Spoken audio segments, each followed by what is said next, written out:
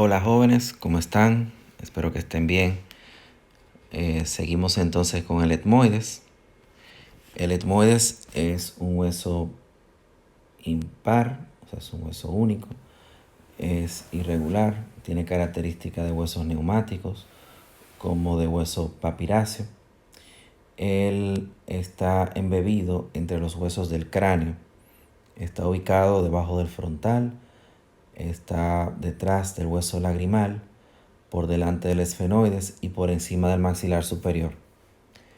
En este diagrama podemos ver la configuración del etmoides. Está formado por una lámina vertical, la cual está cortada o interrumpida por una lámina horizontal, formando una especie de T. Y a esto entonces se le agregan dos masas laterales. Esto es una vista más o menos oblicua para que se vea que las masas laterales tienen la misma configuración a un cubo. El etmoides ayuda a formar parte de la cavidad craneal, formando parte de su piso, de la cavidad orbitaria, formando parte de su pared interna, y de la cavidad nasal, formando parte tanto del septo o tabique nasal y también de sus paredes laterales. Estudiando entonces cada porción por separado, comenzamos con la lámina vertical.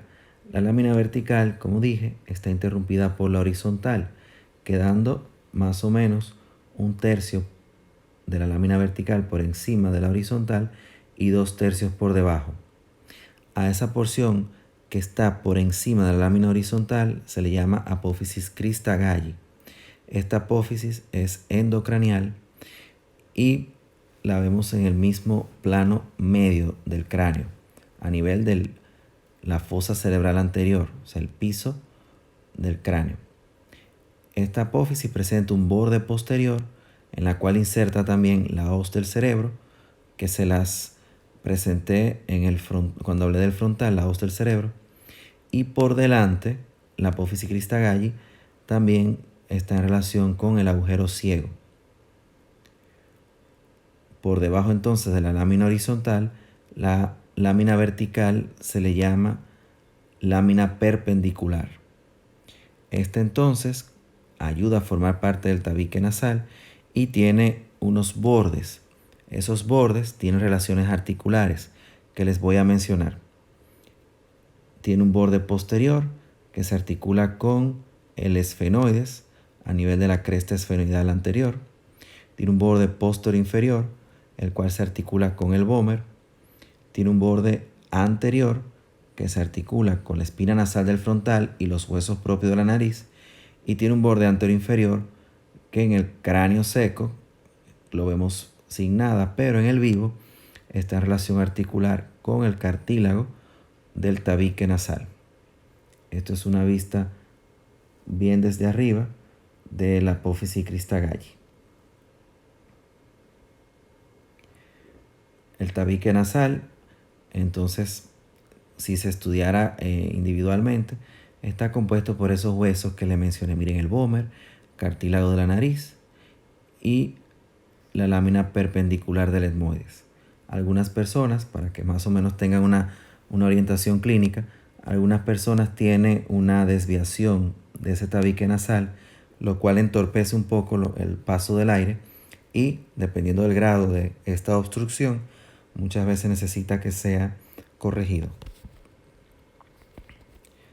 La lámina horizontal se le llama también lámina cribosa porque presenta una serie de agujeros, aproximadamente de 16 a 20 cribas, entonces la perforan. Y esta lámina está perforada por el paso de unos filetes nerviosos. Esos filetes nerviosos están dentro de la cavidad nasal, están ahí para percibir el estímulo del olfato, atraviesan la lámina horizontal y por encima de ella todos estos filetes se unen y forman el bulbo olfatorio, que es el inicio del nervio olfatorio. El nervio olfatorio es el par craneal número 1. Son cosas que en lo adelante ustedes van a ver que se le hace énfasis a los pares craneales. Y también les contaré qué son los pares craneales. O sea, bueno, son nervios que salen desde el encéfalo y al ser pares, pues entonces se le llaman así, pares craneales. Son 12. Este es el número 1. Como se ve aquí, la lámina horizontal está también cortada o interrumpida por la lámina vertical, quedando entonces dos mitades, derecha e izquierda. Y cada una de ellas aloja el bulbo olfatorio. O sea, el nervio olfatorio está aquí. Aprovechamos esta imagen también para hablarles de las relaciones anatómicas. Sabiendo entonces que esto es inferior, esto es superior, la cara superior de la lámina horizontal del etmoides mira hacia la cavidad craneal y ayuda a formar parte de su piso. La cara inferior, entonces, de la lámina horizontal del etmoides mira hacia la cavidad nasal y ayuda a formar parte de su techo. Es lo mismo, por ejemplo, en un apartamento, un edificio, la pared que llamamos piso en el nivel de arriba es lo que llaman techo en el nivel de abajo. Es la misma pared. Hablando entonces de las masas laterales del etmoides, dije que tiene 6 caras, las comenzamos a describir. Son caras neumáticas, son caras que tienen espacios o mitades de celdas en la cual entonces al articularse con el hueso correspondiente completan una celda o un seno. Esto es una vista coronal, estamos viéndolo desde delante. Miren aquí la lámina vertical, la horizontal. Y bueno, la cara anterior de las masas laterales del etmoide se articula con el lagrimal. De esa articulación con esas semiceldas, el lagrimal también tiene semiceldas y entonces se completan las celdas etmoido-lagrimales. Esta es la cara posterior. Esta está en relación articular con el esfenoides y de igual manera presenta semiceldas que al articularse con las que también presenta el esfenoides en su cara anterior, pues entonces se cierran las celdas esfenoetmoidales. La cara superior del etmoides, esta cara se articula con el frontal. Si recuerdan, la escotadura etmoidal del frontal tiene semiceldas, lo mismo que esta cara de las masas laterales del etmoides. Entonces ahí se cierran unas celdas que se llaman frontoetmoidales. Aquí en el diagrama, ¿verdad? En el dibujo, se ve dos flechas rojas. Son unos agujeros que se forman de esa articulación entre el frontal y el etmoides. Hay dos semicanales, uno anterior, otro posterior, y entonces al articularse con el frontal se cierran los agujeros frontoetmoidal anterior y posterior, que generalmente por ahí pasa vasos y nervios que tienen ese nombre, por ejemplo el nervio y la arteria etmoidal anterior y en este caso la posterior o esfenoetmoidal. La cara inferior de las masas laterales del etmoides se ve así desde, ¿verdad? Viéndolo una cara bien paralela. Aquí podemos ver entonces inferiormente la lámina vertical y la idea es que las masas laterales a este nivel por su cara inferior se articulan con el hueso maxilar superior, con el borde superior del cuerpo del maxilar superior. Aquí vemos entonces la cara lateral de las masas laterales del etmoides. Es la cara más visible en el cráneo cuando lo estudiamos. Es una cara orbitaria. Se llama también a la cara lateral de las masas laterales, también se le llama lámina papirácea. Papirácea, como en la clasificación de los huesos. Una lámina bien delgada de hueso y se le llama así. Lámina papirácea sería la que tiene el número 5. La lámina papirácea tiene las mismas relaciones anatómicas que las caras que les mencioné, entonces con la masa lateral, es decir, por arriba el frontal, por delante el lagrimal, debajo el maxilar superior y detrás el esfenoides. ¿Qué decirle? Bueno, que en el cráneo articulado, si vemos la cavidad orbitaria, tiene, ¿verdad?, una pared superior, una pared inferior, una pared lateral y una pared medial. Entonces, esto que está aquí verde es la lámina papirácea. Entonces, ¿qué decir? Que la cara lateral de las masas laterales del etmoides ayudan a formar parte de la pared medial o interna de la cavidad orbitaria. Viendo entonces la cara medial de las masas laterales del etmoides, esto es un diagrama, vemos que de ellas parten unos cuernos de hueso, se llaman tal cual cornetes.